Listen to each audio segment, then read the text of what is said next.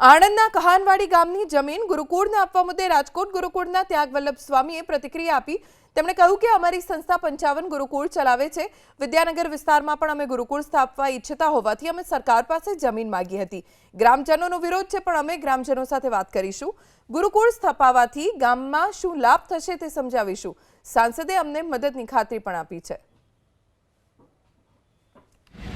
ગામ લોકોનો વિરોધ કદાચ અમે જે હેતુ ઉદ્દેશ સાથે આ સંસ્થા તૈયાર કરવા જઈ રહ્યા છીએ એમને હજી સમજવામાં કદાચ કંઈક જે કસૂર હશે એવું અમને જણાય છે, જેથી કરીને અમે એમને સારી રીતે સમજાવીશું કે આ સંકુલ આપના વિસ્તારમાં આવશે તો આ વિસ્તારને પણ ઘણા બધા એજ્યુકેશન વાઇઝ તેમજ આ વિસ્તારને ખૂબ સારામાં સારી રોજગારી મળશે એવું એ ભાઈઓને ગ્રામજનોને અમે બહુ સારી રીતે સમજાવ્યું। તેમણે કહ્યું કે અમારી સંસ્થા 55 ગુરુકુળ ચલાવે છે।